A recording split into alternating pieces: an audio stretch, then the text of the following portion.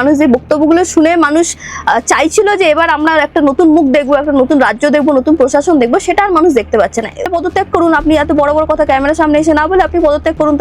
তাহলে মানুষ নিজের ব্যবস্থাটা নিজে বুঝবে। যখন প্রশাসন থাকতে যখন মানুষের সুরক্ষা নেই, সরকার থাকতে যখন মহিলা সুরক্ষিত না, তখন মানুষ নিজের ব্যবস্থা নিজে করবে। ভাবে প্রশাসনিক গাফিলতি দেখা যাচ্ছে, একই রকম ভাবে মানুষের অধিকার কেড়ে নিচ্ছে। তাহলে এই সরকার তাহলে একটা আমরা নতুন সরকারের মধ্যে দিয়ে পুরনো সরকারেরই সব গাফিলতি দেখতে পাচ্ছি, নতুন সরকারের মধ্যে দিয়ে পুরনো সরকারেরই কর্মকাণ্ড দেখতে পাচ্ছি। ধর্ষণ পুরোপুরি আটকানো সম্ভব না, বিদেশেও ধর্ষণ হয়, গিয়ে দেখুন। বিস্ফোরক মন্তব্য অগ্নিমিত্রা পালের। নারী সুরক্ষা কোথায় গিয়ে ঠিক আছে, কি বলবেন? নতুন বদলে পুরনো মদ। পশ্চিমবঙ্গবাসী ভেবেছিল যে একটা নতুন সরকার এসছে, নতুন নতুন মুখ দেখতে পেয়েছিল, আবার নতুন মুখের মধ্যে পুরনো মুখ এসে জমে গেছে, আবার টিএমসি পার্ট 2 হয়ে গেছে। তাহলে একই সরকার, মানুষ তো একই জিনিস দেখতে পাচ্ছে।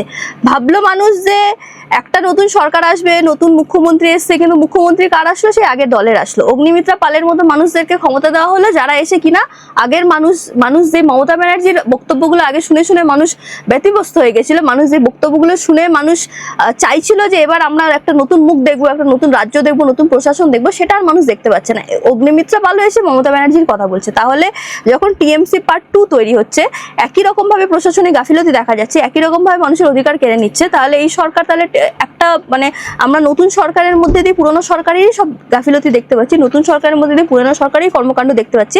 এবং এদের মন মানসিকতা বা এদের যে মস্তিষ্ক, মানুষের প্রতি এদের যে চিন্তাধারা, সেটা পুরোপুরি একই দেখতে পাচ্ছি। অর্থাৎ বাঙালিদের অবস্থা বেহাল থেকে যাচ্ছে, মেয়েদের অবস্থা বেহাল থেকে যাচ্ছে। কদিন আগে এই অগ্নিমিত্রা পালি বলেছিল যে মহিলারা রাস্তায় যা ইচ্ছে তাই পরে ঘুরে বেড়াবে, মহিলাদের কোনো কিছুতে বাধা দেওয়া হবে না, মহিলাদের choice of dress, choice of যে কোনো কিছুতে মহিলাদের একটা লিবার্টি দেওয়া হবে, ফ্রিডম দেওয়া হবে, স্বাধীনতা দেওয়া হবে। তাহলে সেই ফ্রিডম স্বাধীনতার কথা ক্ষমতার আগে এরা বলছেন, এখন ক্ষমতায় আসার পর কি বলছে? যে বিদেশেও হয়, পশ্চিমবঙ্গে আটকানো যাবে না। তাহলে আপনাদেরকে দায়িত্ব মানুষ কেন দিয়েছে? আপনাদেরকে ক্ষমতায় কেন বসানো হয়েছে? তাহলে আপনারা ক্ষমতাটা ছেড়ে দিন, আপনি তাহলে পদত্যাগ করুন। আপনি এত বড় বড় কথা ক্যামেরার সামনে এসে না বলে আপনি পদত্যাগ করুন। তাহলে মানুষ নিজের ব্যবস্থাটা নিজে বুঝবে। যখন প্রশাসন থাকতে যখন মানুষের সুরক্ষা নেই, সরকার থাকতে যখন মহিলা সুরক্ষিত না, তখন মানুষ নিজের ব্যবস্থা নিজে করবে।